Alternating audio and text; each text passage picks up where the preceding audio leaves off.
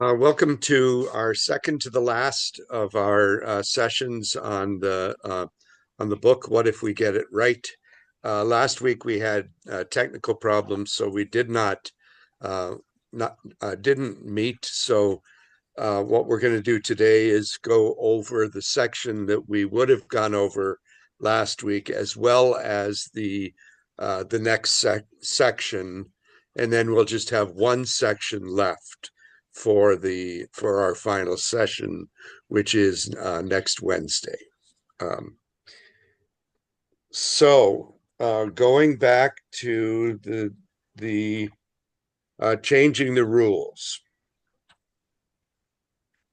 Before I go there, did anybody have any opening comments or anything, um, kind of updating our conversations from 2 weeks ago?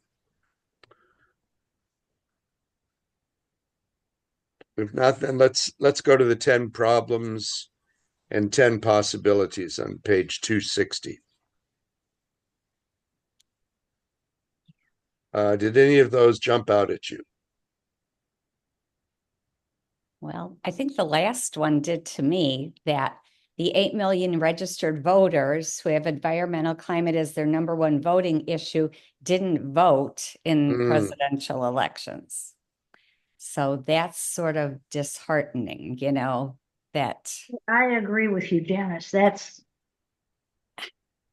how can you have an opinion on something if you don't vote? you Yeah. just you have to And be that was 2020. I wonder what it was in 2024. right. No, that's Probably worse. Yeah, it could very well have been worse because I don't know. I think there's a little level of, I don't know if it's empathy, or people just don't know that their votes or their whatever they do is going to matter. I don't know what it is, but it's a disappointing factor for that. It is last disappointing. Yeah, I think people feel like their vote doesn't count. I know. And although after this last election, not wanting to be too political here, Right. I'm beginning to wonder if my vote counted. Mhm. Right. No, Yeah. I And know. just before we got started, I was saying in these two sections seem to me increasingly political. Um, and um, and I think it's really, really strange that we're reading this really strong um,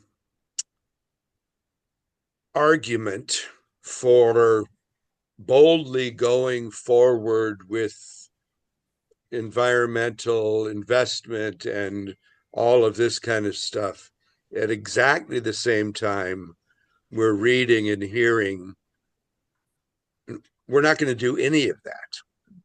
Yeah. Mhm. That was October, lady. Mhm. We're in February, Right. and the rules have changed. Yep, Right. we're trimming the budget Yeah, Right. at the expense of everyone. there's a new sheriff in town. Right. That's true.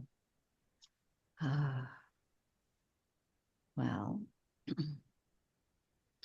I Anything think else in either the 10 problems or the 10 possibilities? I think the problem above the one that Janice mentioned too, about what percentage, 22% of people that are doubtful or dismissive about climate change. Mm.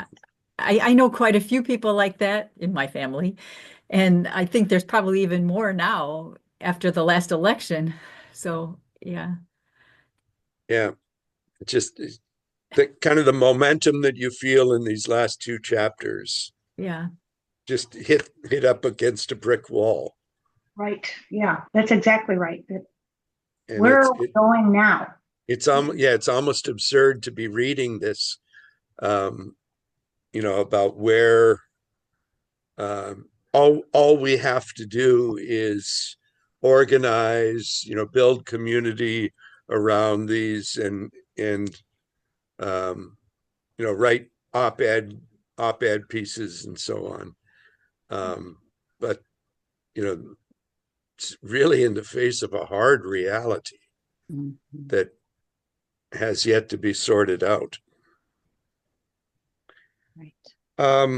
Somewhere in here, I read that the age group, and I don't know which chapter it was. I think it was one that we already passed over and studied, but the age group of 25 to 39-year-old young adults is very concerned about global warming. They're very compassionate about it.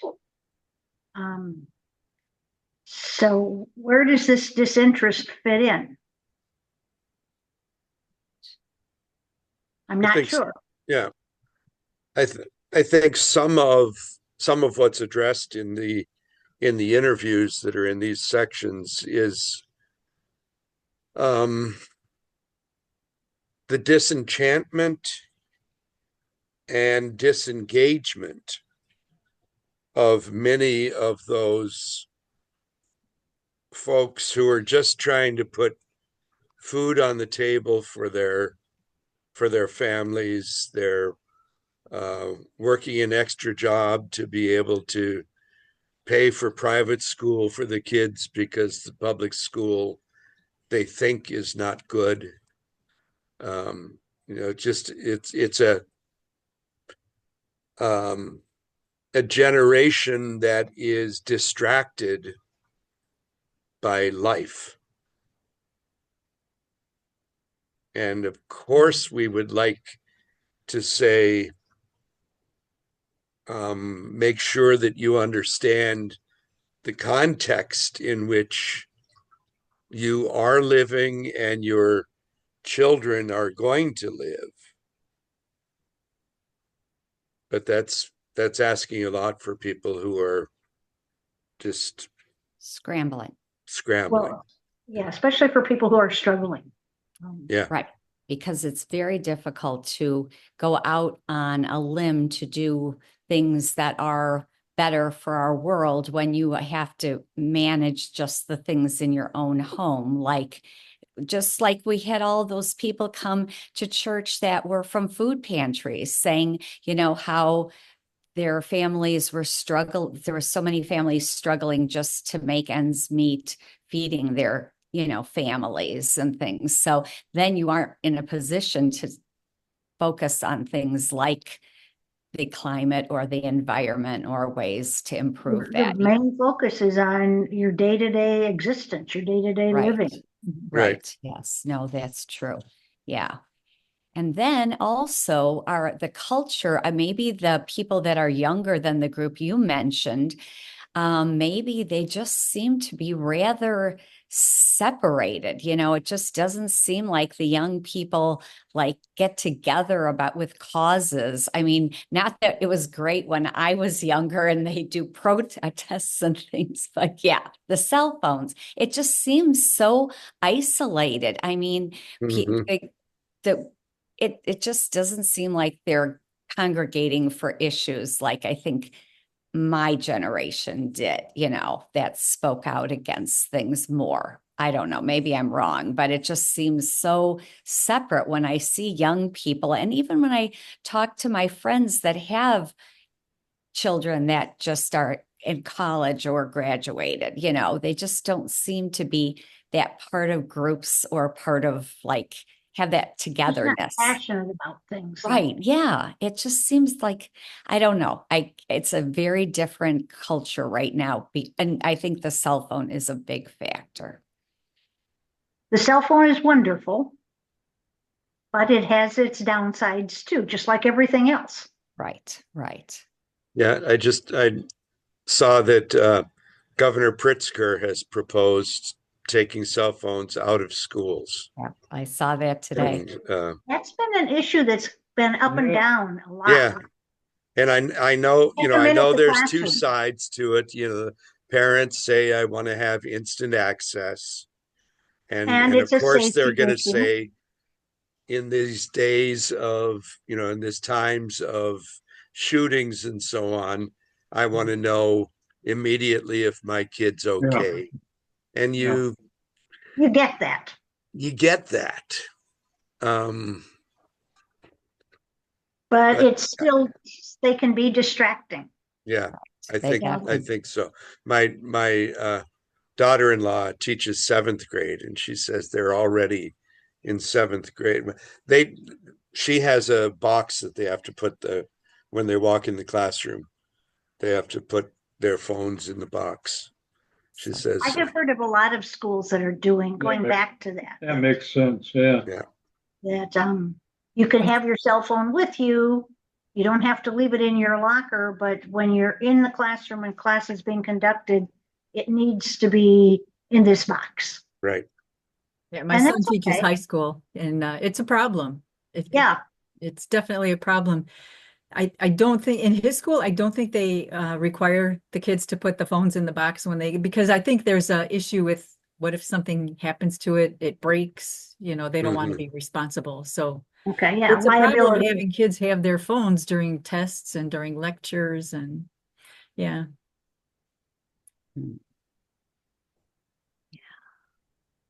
I wanted to highlight in the 10 possibilities, right about in the middle of the page is the one that says 8 US states and dozens of municipalities and tribal nations have filed lawsuits against fossil fuel companies for downplaying their role in causing climate change and for knowingly deceiving the public.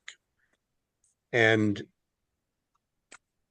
that might seem like an awful stretch, but that's exactly what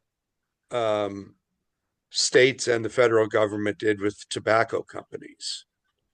They said they proved to a court that the tobacco companies knew of the the harm of their product long before they ever acknowledged it. And same with petroleum. Apparently, I'm no historian on this stuff, but apparently decades ago, they had models that showed global warming because of all of the emissions. And they made sure that we didn't know about that. So to me, it's not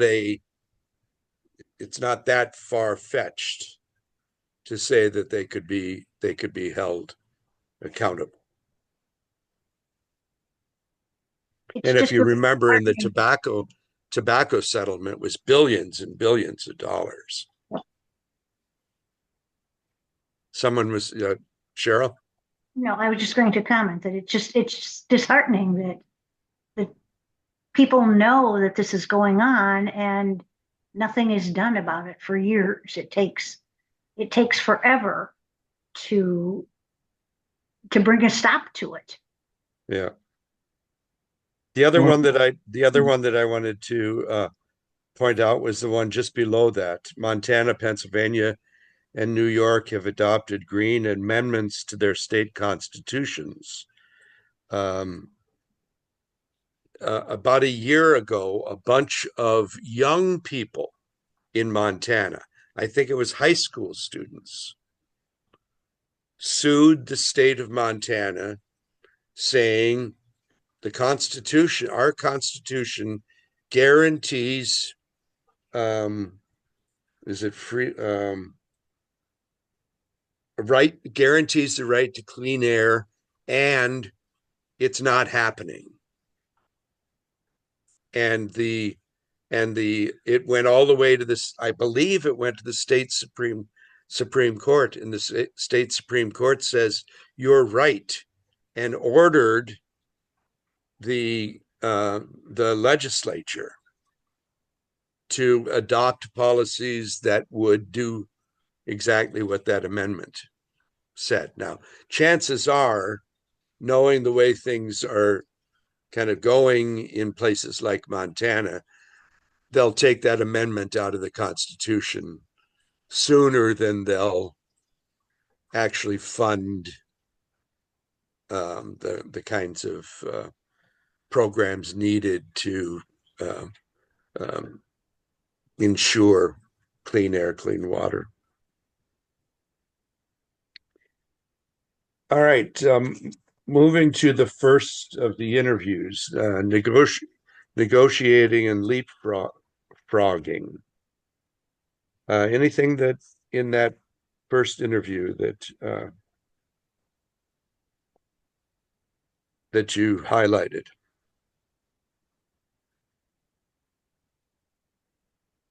Well, I was pretty impressed that someone learned how to speak Chinese in order to work on this problem. I mean, isn't that amazing? That language is so incredibly hard. It's very, very difficult. Very difficult. So what an awesome effort to do that and to get involved that much that she would just learn Chinese and work on their climate policy. So I thought that was so impressive.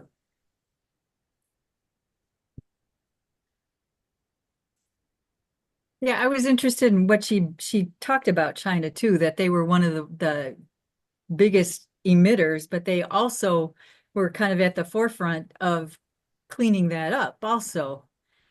Right. So in a way, you could use them as a benchmark almost. But then maybe not, because I guess it was at the expense of a lot of human rights. So maybe it wouldn't be a good Right. benchmark.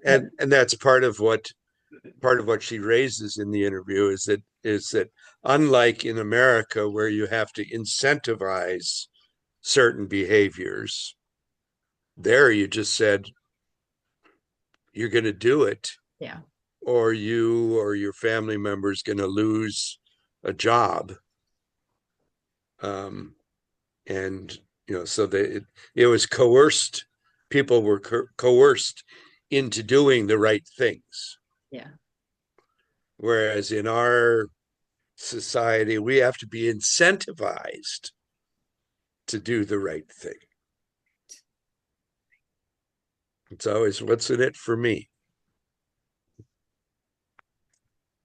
Also, I think one of the problems they described is just the tracking the country's progress. I mean, it's rather a difficult thing to make sure that countries are being transparent and that there's really good information about what each country is doing, because it could sort of be not really, they could be not really following through. And it's really important for everyone to know that each country is trying to do their best. And yeah.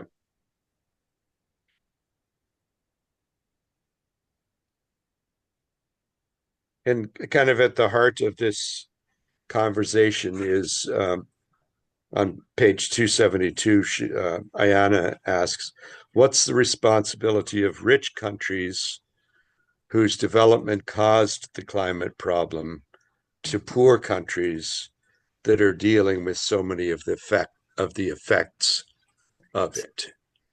And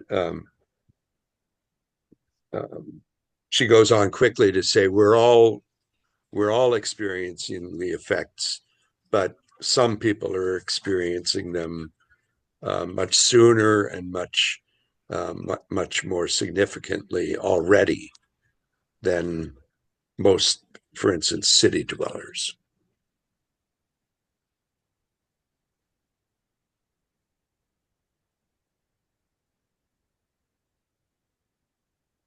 oh yeah, and then just those developing countries they're so worsened by all of these weather-related disasters that they can just barely recover from one, and then they've got another disaster that comes up, and it's just like never ending, just because of the way the land and things have changed, that we don't protect those countries anymore. So it seems like those places can never get over the hump to get back to sort of like our California with all the wildfires. Like, how did they ever recover from that? It's so bad.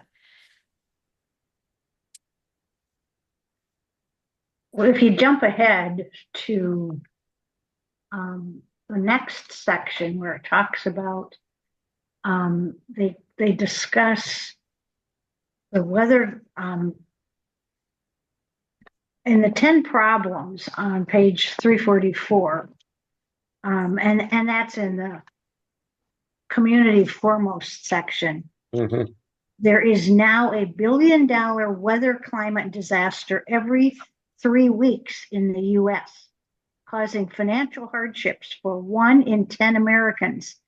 In the 1980s, there was one such disaster every 4 months. I was just struggling to get my head wrapped around that. It's like how quickly all of these disasters are coming up. And then I started thinking about them, the California wildfires, all the hurricanes in Florida and the Gulf of Mexico, as I will prefer to call it. And it just, I was like, what? This is happening this frequently? And that kind of goes back to all of the countries that are, and the areas within our own country that are struggling. They can't get back on their feet. The help they're getting doesn't come anywhere close to helping them. It's true.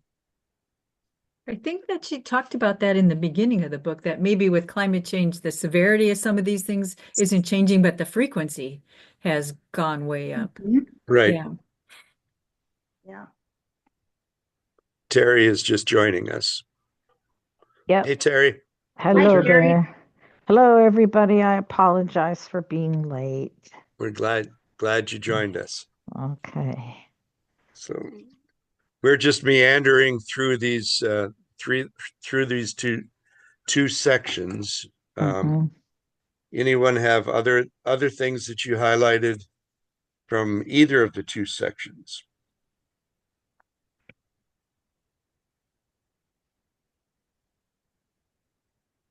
Well, there's one thing that I noticed. One of the people were talking about the situation with energy and with the problem of getting enough electricity to different places. And one of the things that was brought up was the nuclear reactors. And some of the nuclear stations have been shut down. And another thing that's happened, and she brought it up in there too, is that there's putting a lot of hope into having more nuclear reactors, but safer ones. Like instead of fission reactors, they're now talking about fusion, which are much safer. And there's also a big push towards small nuclear reactors, which are about the size of a small house and would light up a whole town permanently without having to worry about whether the wind and the sun was enough to generate enough electricity so that they could provide it, or at least not rely on the grid to have their power. So we're talking about a lot of money insofar as some of these things. It's a funny thing that was brought up. There's another person that said, well, if the defense budget was cut in half, which would be wise, we could use that half to invest it in more worthwhile things like the green energy program and so on and so forth. And sure enough, here Trump comes out and proposes a half a cut in its defense spending for Russia, China, and the United States, and that would bring peace, according to him. And then no one's saying, well, what are you going to do with that half that you're saving?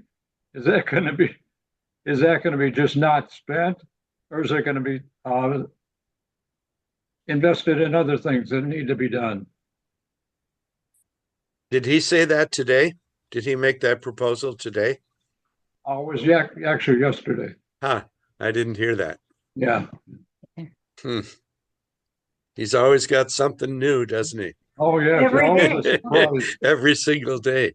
Every day. And it's absolutely his strategy to just every day he's leading the news with whatever bizarre thing he comes up with.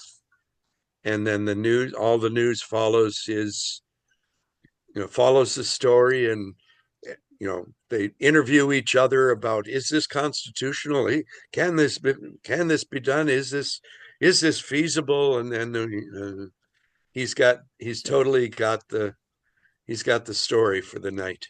Yes. Oh my goodness.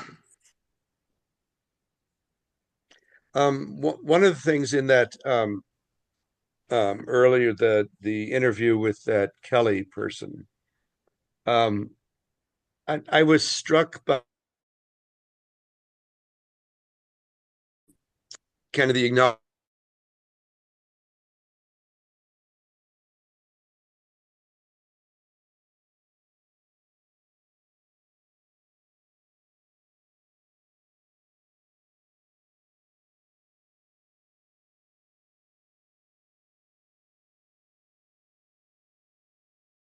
North, who Okay, are For a able to while, We lost put you up there. this money. everything was frozen. We were Yeah. all frozen. Oh, I our wasn't connection is frozen. unstable. It just said. Yeah, it just said my internet is unstable. So how far back do I have to go? Oh, you were frozen for like a minute. I don't know. Oh my. And the rest of us have been frozen all day. Yeah. The point I was going to is, with all of the billions and trillions of dollars that we want and expect governments to invest in clean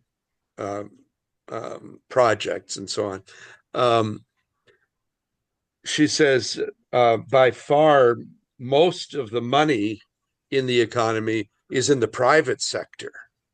It's not in governments. And kind of the implication there is, how do we encourage and maybe even incentivize corporate money and personal wealth to be invested in these things that need to be done. And by incentivize, I mean make it profitable.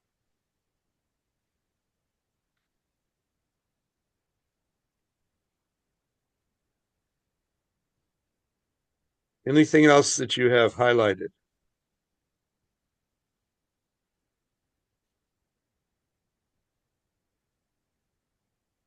I thought the chapter, the section on the development of the Green New Deal, and then Ayana's bringing the kind of the ocean concern on top of that. And I thought that was really interesting, because I never thought of the Green New Deal as leaving out such a huge piece of the puzzle. And yet it does. I did not realize how much the ocean could contribute to solutions until, reading this book. Yeah.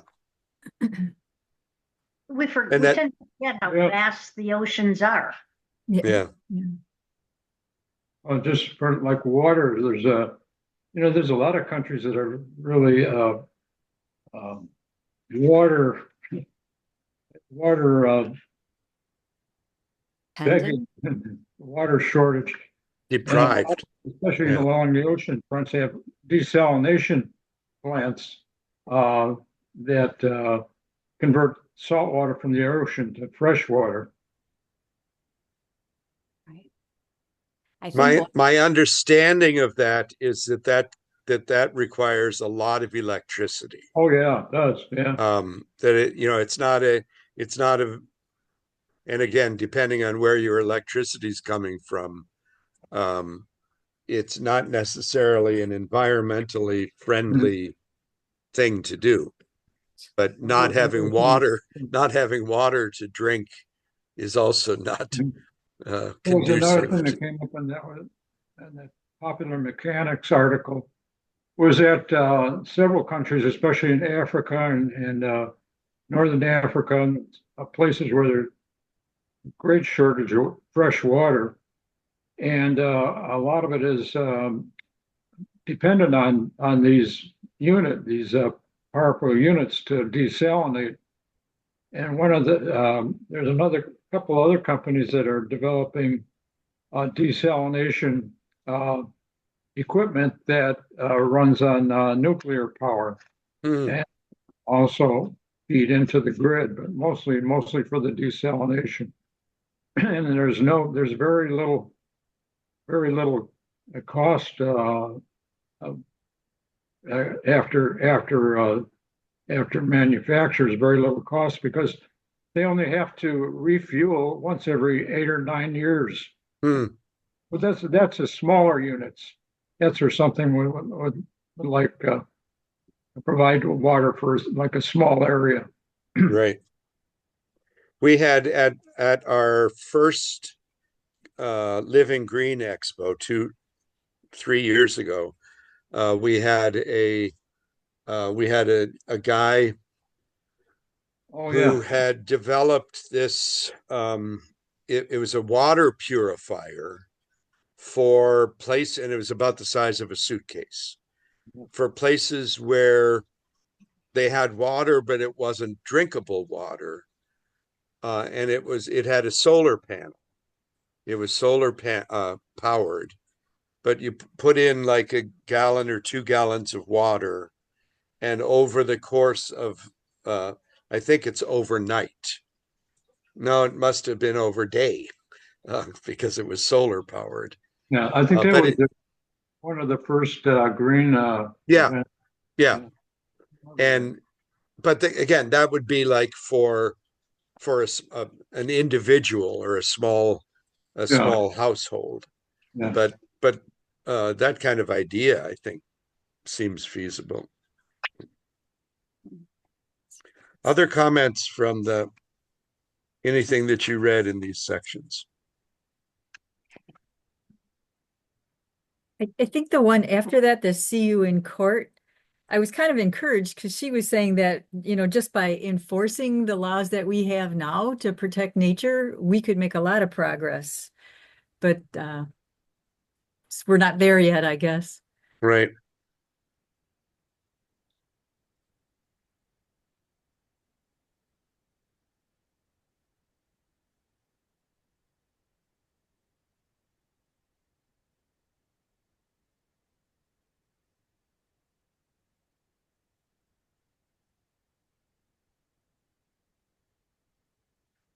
I think in the interview with the Rihanna, who's the one who helped. She the one who learned the Chinese so she could go. Yeah, I think Yeah. so. I think she Yeah. was. Yeah, I think Yeah. anyway. She has it at the bottom of page 290. The appeal to narrative was intentional because the path to policy change actually starts way, way before Capitol Hill. It happens way before any congressperson is usually involved. It requires the development of shared principles and worldview. And all of that is driven by narrative. If you want people to make a different choice, you have to change the story they tell themselves. You have to change the conversations they're having on a regular basis. You have to change the boundaries of what's seen as feasible and possible and smart and what isn't. Then she goes on, you have to change the popular culture. You have to change the narrative in the popular culture. That's closely related to, but not exactly the same as the understanding, kind of changing changing our worldview from one of scarcity to one of abundance. And rather than seeing what we don't have, or focusing on what we don't have, focus on the immense wealth and other resources that we do have, both nationally and in the whole globe. And particularly, and this goes back to what somebody said earlier about the ocean and the part that the ocean has in renewing the world is one of the things we talked about very early on, was letting the earth, getting out of the way of the earth healing itself. We don't have to be the doctors and surgeons who make everything right. To a large extent, what we need to do is quit making things worse and let the world heal itself. And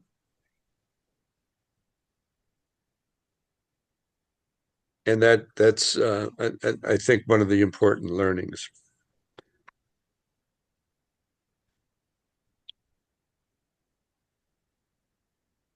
Other things that stood out for you?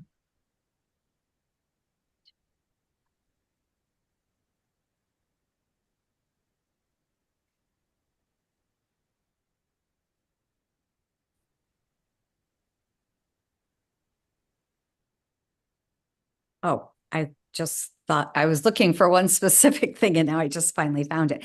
I Okay. was just so amazed that our seas soak up more than 25% of the world's carbon. I mean, that's amazing, isn't it? Mm-hmm.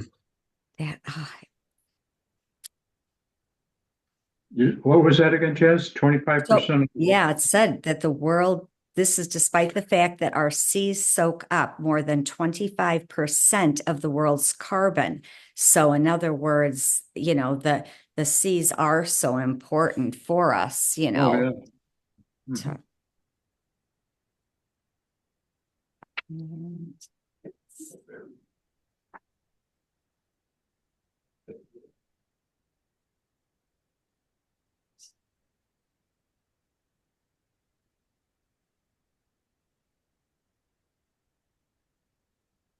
And also the coastal communities, how important those are to, to help with the climate change and the resilience to protect the ecosystems, the wetlands, the seagrasses. I was amazed. One time I was looking into a vacation in the, a warm place. And when I was looking into it, they said that the coral reefs, that were some beautiful coral reefs, were, they weren't going to be there much longer. They stopped. And I was so shocked that that could be happening. It was just such a eye-opening experience for me to learn that they were the reefs were suffering because of all of the pollution and Yeah.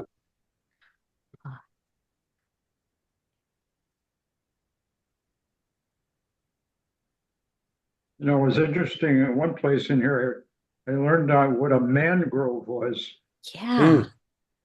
And it was one of the things that they were talking about in relation to the ocean, because along a lot of the seacoasts are what they call growing mangroves, which are actually plants, but the plants can be nourished by salt water. So they grow along the shores and actually they're usually like a buffer against hurricanes. Right. Because some places are so heavy, so dense.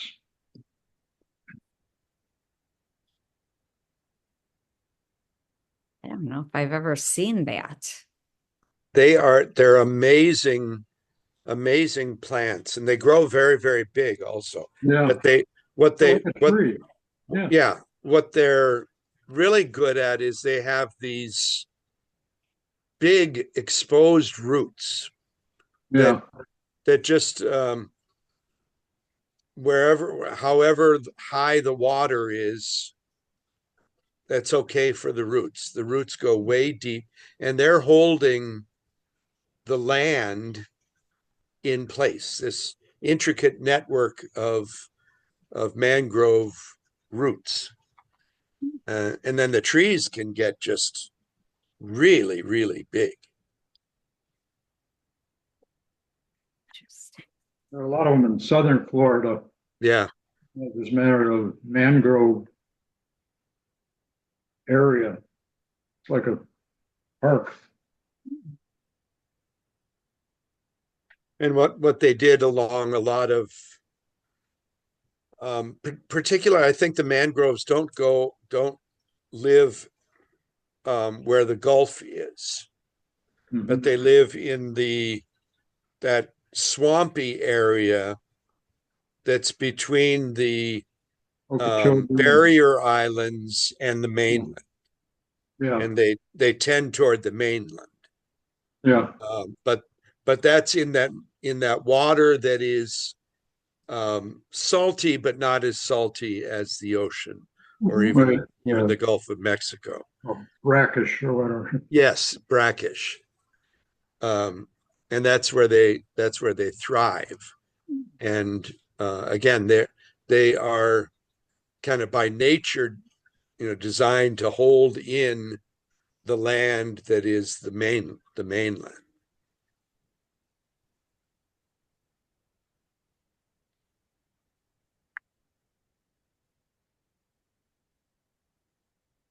Let's we jumped a little bit ahead already, but let's anything else in the community foremost section?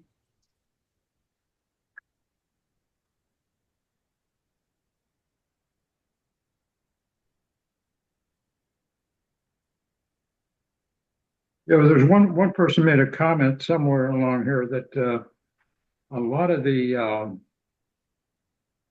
disaster management, what they call organization, some towns or counties or states, or mostly counties and towns, so on, communities, they'll have a a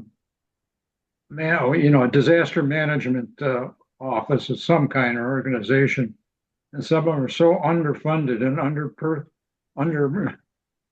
personnel, hardly any Right. person, Staffed. understaffed. That's the best word. Right, One of them was the chief of police for the town. That was it. right. He's not what you say an expert on the matter. So Yeah, for lack of anybody else, yeah, right. make the chief the guy. Yeah. One of the things in that section, disasterology, I think one of the points that she makes quite vividly is going back to Katrina, Hurricane Katrina, which was actually when I worked for Lutheran Social Services of Illinois. That was one of the disasters that we responded to back in, was it 90? No, 2000. I don't even remember I what have year no it was. idea. In any case, one of the things that came out of that was that the hurricane didn't cause all of the problems that surfaced. It surfaced all the problems, the inadequate housing, the inadequate um, um, technological connections, just the inadequacy of life in the lower Ninth Ward in New Orleans before the hurricane Well, there were was just houses. laid bare by Yeah, the wasn't there hurricane. something about the levees, that some of the levees were The levees didn't hold up. improperly constructed. They didn't hold Right. up. They didn't hold up exactly. And a lot of those homes I mean, this was a floodplain. A lot of those Right. homes should never have been built there. But then most of New Orleans is under sea, Right. Yeah. New Orleans is a floodplain. few feet under sea level, which just doesn't bode so well for No, a that's nearly all coastal thanks. city. Right. Anything else? Well, just like you described, moving the people like in the possibilities and the community forecast section, removing 1 million US homes from the flood prone areas and relocating residents would cost 180 billion, but save over $1 trillion in property damages over the next 100 years. Okay, so every time, just, don't you think about when this happens, all of the debris and all of the, the damage that has to be towed away before then it's such a depressing thought that those cleanups, and it's just seems like and I think all of us sort of suffer when all of these disasters happen. Our insurances, all the things those companies are paying out. Now some people in Florida I don't think can even get Right. insurance anymore, Right. or if they can, it's very expensive.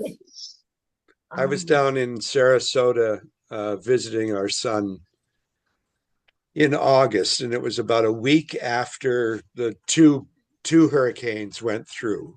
And like you said, Janice, the amount of the amount of debris, there were just there were streets, there were fields where there was blocks and blocks and blocks and blocks of just mountains of debris. Right. And that had to go somewhere. Yeah. And it was just amazing how much debris there was. The damage and the resulting byproduct of all that damage is just mind-boggling. Yeah. Yes, it is.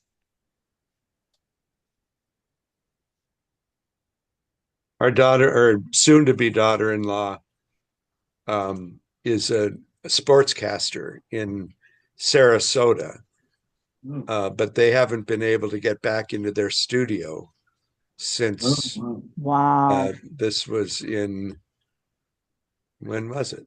Oh, it wasn't. No, this was not the August. This was in October or November. Those two hurricanes that went through. Mhm, And right. she has to drive to Tampa about an hour away every day to file her sports reports Oh, that are boy. then going to be broadcast back to Sarasota. Mm. And all this debris, a lot of it is not biodegradable. Right. And much of it is toxic also. Yes. Yeah, And Hurricane Katrina was, I was eating my dinner and I couldn't get back to the phone, but Hurricane Katrina was in 2005, by the way. Oh, okay. Thank you. that's what I was thinking, Terry. Mhm, Thank you for confirming that. mhm.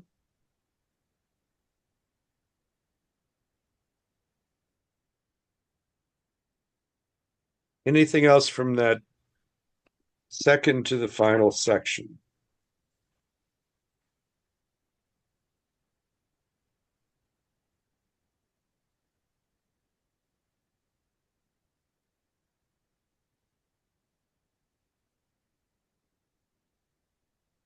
I loved the poem, The Living Earth, on page 380 and 381.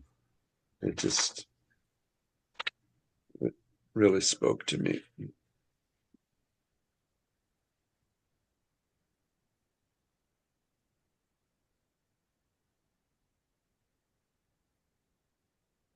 So this is for whatever it's worth department in music, and in this too, we call this next to the last section the penultimate Right. section.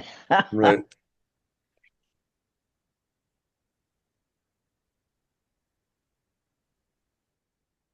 Anything else? We don't need to go to our full hour. We're just a few minutes short of that. Next week, we will do the final section, transformation. And I look forward to, it's a fairly short section.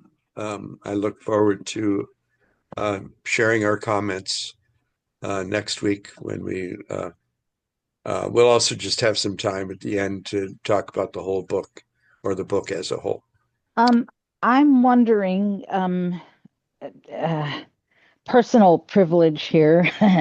I'm trying to find an envelope, and since I could turn on my video, if I get the one that I think it is, if somebody would be able to tell me, I have to find my 2003 tax return, and I have everything in an envelope, but I'm not sure which one it is because I didn't properly label it in Braille, and I'm supposed to go somewhere tomorrow to fill it out. And if I can get to it here, what I think it is, and get some light on the subject, let's see. If somebody could real quickly tell me, I have two envelopes here, and it's one of two. And I just have to now go to where there's light, because the light And in your camera's not on, Terry. Oh, I know. I'll turn it on. Okay. Yep. And it's still dark in here because I don't think that light is on. But now I'm going to go real quickly into where I can easily turn on the lights. So, yeah, I'm just going into my kitchen. If others want to drop off, you feel free to do so. I'll stick with Terry.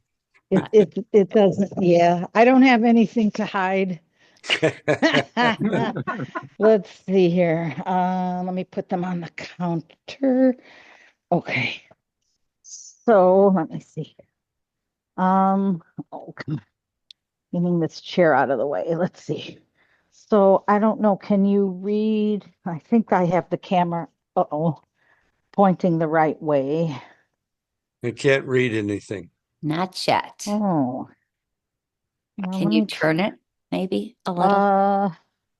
Let's see, because Oh, this is the I camera thought side. Yeah, I thought I saw just a moment ago letters, but let's see. Let me. Yeah, Oh, okay. yeah. I did see a little bit of letters. If you turn it back that way a little bit. This way? So, so the way it is, but can you move it one way or the other? Oh, yeah. This way? I can't see 'em. I did see some letters. I can't see 'em Oh. now though. I did see something too. Really kinda- fast. So, Hmm. see, move it a little another Okay. way.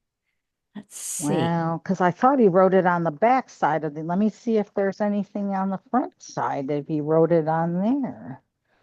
Okay. Don't see it there. Well, let me. Oh, I should I probably think not. oh, no, that's okay. Turn it Take over your one time. more time. We'll look again. Actually, what I'm gonna do Is just pull it out. is pull out something here Yeah. because you should. Whoops. Now I have to, because you should be able to see something here. Now I see lots of stuff. Yeah. Yeah. I can't read it, but Oh, okay. So Oh. it might not be. if there's a way that it could be expanded, That's what I was wondering. Yeah, Trying to there figure probably that is, out. but I don't know how to do it. Well, anyway, it was a good try. Sorry, we couldn't help. Yeah. Let me see if this side, this has receipts on it, but you probably aren't going to see anything here either. Okay. Sure. Well, all right. Well, thank you Sorry. anyway. All right, sorry. Sorry, we aren't more Sorry, help. And I'm we not see- even gonna We see show you the- numbers and words, but they need to be expanded. They're so small. Oh, okay. Yeah. Yep. And that's the problem. And I'm not even Maybe gonna it's bother just to. old eyes that can't see them. I don't know. Right. See if I can see, view. Yeah, and I have one more envelope, but I mean, I just showed you the first one, but I don't Okay. know that I want to even bother with the Well, second one because he wrote it in pen or pencil or something like 2000. Ooh, oh, that's it. Now I see it. 2023. 2023. 2023. Oh, that's the one 2023. I want. Oh, Oh, good. That is the Yay. one I'm looking for. Oh, good. See, you just have to Alright. give it a little time. Perseverance paid off. Success. So That's Success. the great. one I didn't take the stuff out of. Oh, thank you very much. Oh, you're welcome. You're welcome. All right. It was a group effort, a community Yes. effort. That's right. That's Good a night, great way to everybody. end the evening. Yeah. Okay. Okay. Good night, Thank you, everyone. everybody. See you, everyone. Good night, Bye-bye. everyone. Good night.